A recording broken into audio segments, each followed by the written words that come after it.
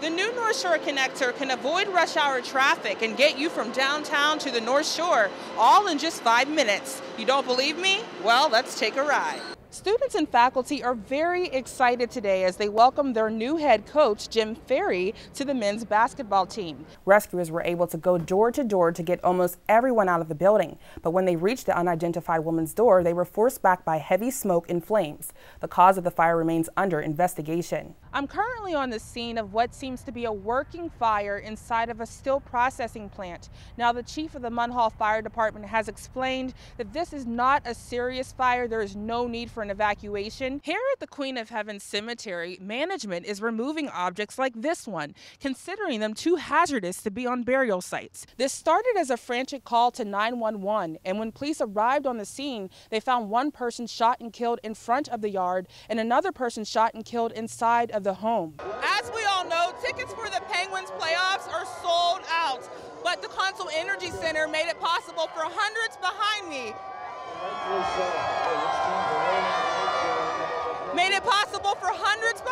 To still experience the game. And later, a part of one professional Hall of Fame is coming to Pittsburgh. We're back in 2 minutes.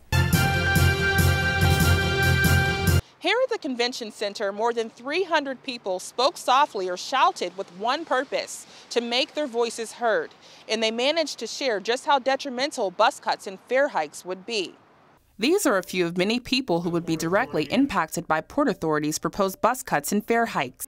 They were bold enough to make their voices heard in the transit hearing, as the Port Authority Board carefully listened and took note of how many ways people could be hurt.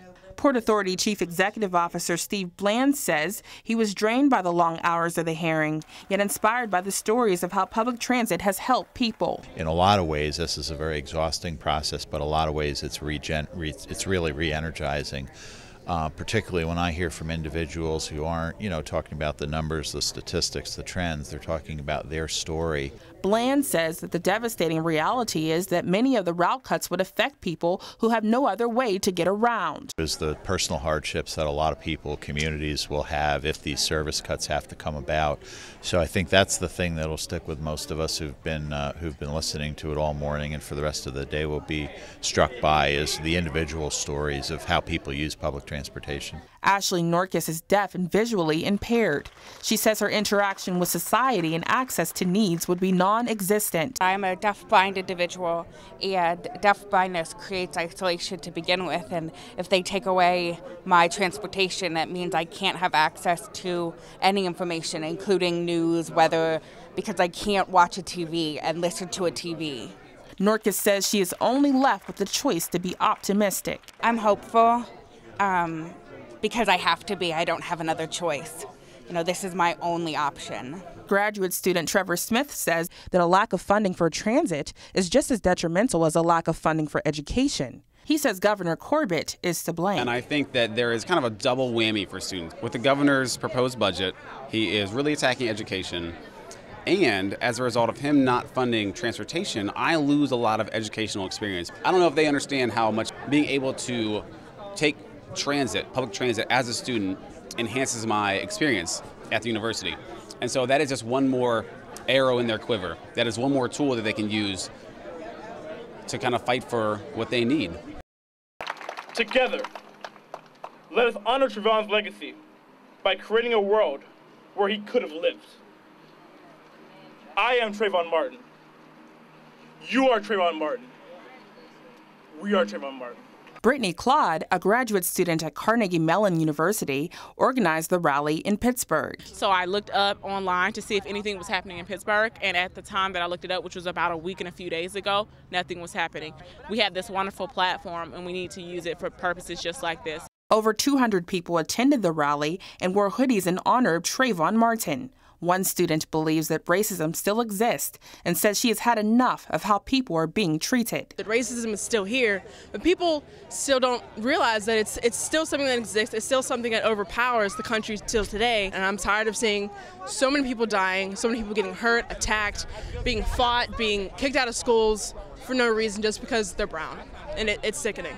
Another student says ignorance is prevalent, where people lack the ability to respect people's differences. He says the Trayvon Martin case should make people more aware of respecting people's differences and to not assume the worst. We're quick to judge people, and you can't fault somebody if they don't know. If they don't know that they're not cognizant of other people's feelings or beliefs, values, race, ethnicity, etc. A resident of Pittsburgh says that no matter what the issue is, the injustices need to stop and that George Zimmerman needs to be incarcerated. If we let this kind of thing happen, then it's going to continue to keep happening. Enough is enough. We're not going to take this anymore. We got to have justice. They have to arrest George Zimmerman. They have to prosecute him to the fullest extent of the law. CMU's rally in honor of Trayvon Martin had a great turnout of various people. Regardless of differences, one student says the CMU rally was about seeking justice for all. It showed us that people actually do care and that Pittsburgh is a community and we do care about the same issues and that we want to support each other. And I think that's really important, especially something like this, because we need to rally behind each other and rally behind the Martin family and all the injustices that happen around our country for our children and for the future of our people. For Point News Now, I'm Natasha Acrie. This is a gym full of joy and tears as U.S. troops from Afghanistan have returned home right here on U.S. soil at Valley High School. Family and friends made it a very warm and welcoming atmosphere. Valley High School hosted a welcome home celebration for families anticipating a return of the men and women in the 307 units of the U.S. Army. The unit was deployed to Afghanistan a year ago, and they are now back on U.S. soil just minutes away from the high school. A wife of one of the sergeants says having her family so far apart has been a struggle. It's been a long, hard year, but he's coming home. Jenkins says she was able to communicate with her husband on a regular basis, and that made the separation a bit easier. We're able to talk every day. It was the challenge was the time difference.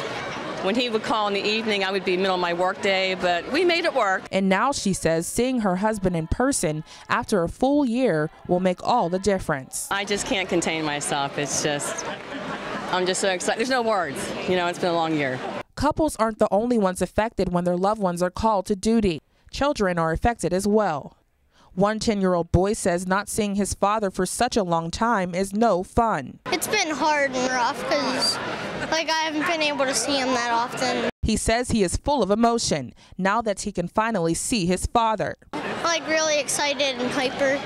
The wait is over as sirens make way for the men and women of Unit 307. Families begin to cheer after being told that buses have arrived. And as the soldiers enter the school gym, by the captain's orders, they are released to their loved ones. Dylan is finally able to see his father. It feels real good to be home. It's nice to have all the support back home, see the families and everybody again. So it feels good to be on hard soil, not rocks anymore, too. And Jenkins is reunited with her husband. It's been a long year. Very long. And we got him home. I don't know what to say. I'm sorry. You're watching KDKA TV News at 11. I'm Natasha Acrie, live in the KDKA TV newsroom. At the top of the news, I have coverage of a local Trayvon Martin rally and find out how people made their voices heard to the Border Port Authority.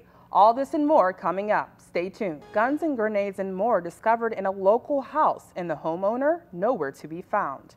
Police and the bomb squad were called to check it out, and tonight they learned why the homeowner wasn't around. Ralph Ionati spoke to him by phone. He joins us live with new details. Ralph? Pittsburgh police removed about a dozen firearms from a home on Simon Avenue. Pitt's finals week is fast approaching, and tonight the school is out with a plan to deal with possible bomb threats that may interrupt exams. Life on campus has been disrupted repeatedly since February, when the bomb threats began. The school has new security measures and is working with the feds to catch whoever is responsible. A big crowd at the big screen tonight as the Penguins tried to even the series with the Flyers.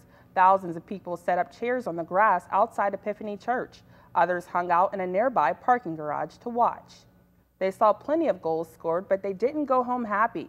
The Penguins lost tonight. Now the team is down 2-0 in the best-of-7 series. Here's Jory Rand with some of the highlights. Jory?